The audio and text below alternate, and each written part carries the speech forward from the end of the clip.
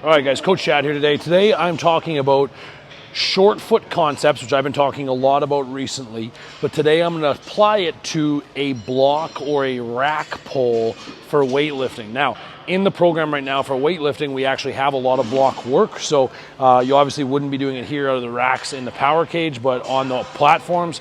And what I'm noticing, and we talk a lot about as coach, and we talk a lot about setting up the barbell correctly. Now, I don't want to get into the body angles and torso positions and things with regard to posture and positions. More so I want to focus the attention to the feet and how you connect to the floor to initiate any of these movements, okay? Now, you guys know briefly, so I'll review though, the short foot concepts. So we always talk about 3 points of contact, the tripod foot when we're doing anything in the weight room. So you think about lifting up your toes, you have your first metatarsal, your fifth metatarsal, and your heel as your tripod.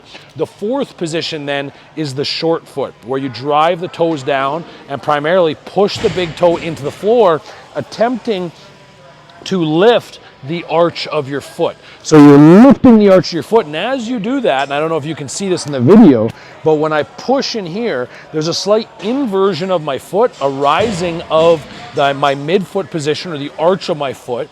And as I get that, it also does a slight external rotation of the femur and pulls the knee out laterally, which then also connects into the glute position. So because of that, that's where you get a better foot to ground interaction, which then goes and connects up the chain into the muscular tissue and the joints upstream.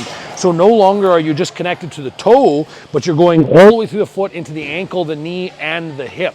And you're creating better power, but more importantly, you're creating a connection to the ground that you're going to be pushing off of, okay?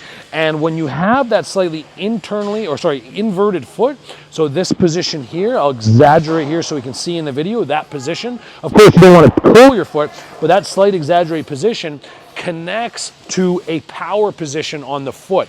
So you can try this at home. Simply have your feet flat down so your arch falls, and you'll note how your knees come in and your hips fall in, and there's a bit of rotation in the pelvis. Now turn out this way and note how the pelvis posteriorly tilts, the knees roll out. This is a power position. And on the foot, it makes the foot a rigid position, a strong and rigid joint versus a flexible and a soft or an unstable joint when we're everted, all right? So when you're approaching a barbell in something like a rack pull, what you're gonna wanna do is get your position set and take a lot of your mental energy and connect it to the floor, connect it to your feet. So when you grab the barbell, either snatch or clean is immaterial, I want you to think about your 3 points of contact, drop your big toe down and connect your foot. So connect your short foot. Then pull against the barbell and take the slack out of the barbell. This now truly connects the entire kinetic chain to this movement. And now you have instantaneous power versus a potential for power leakage. And what I'm seeing in so many athletes right now is that they set up to the barbell, and as soon as they pull, there's a dropping in of the knees, a flattening of the feet, and a curling of the hip. Now, you know when I show that in an exaggerated position how weak that is. Now every deviation or every degree of that is power leakage. So what we should see is more of this position versus this position.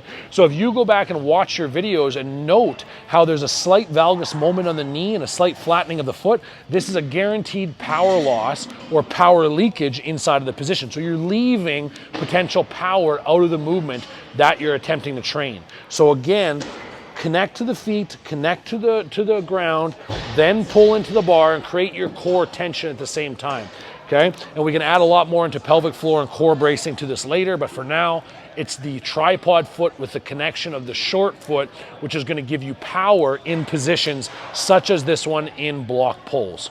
Thanks, team.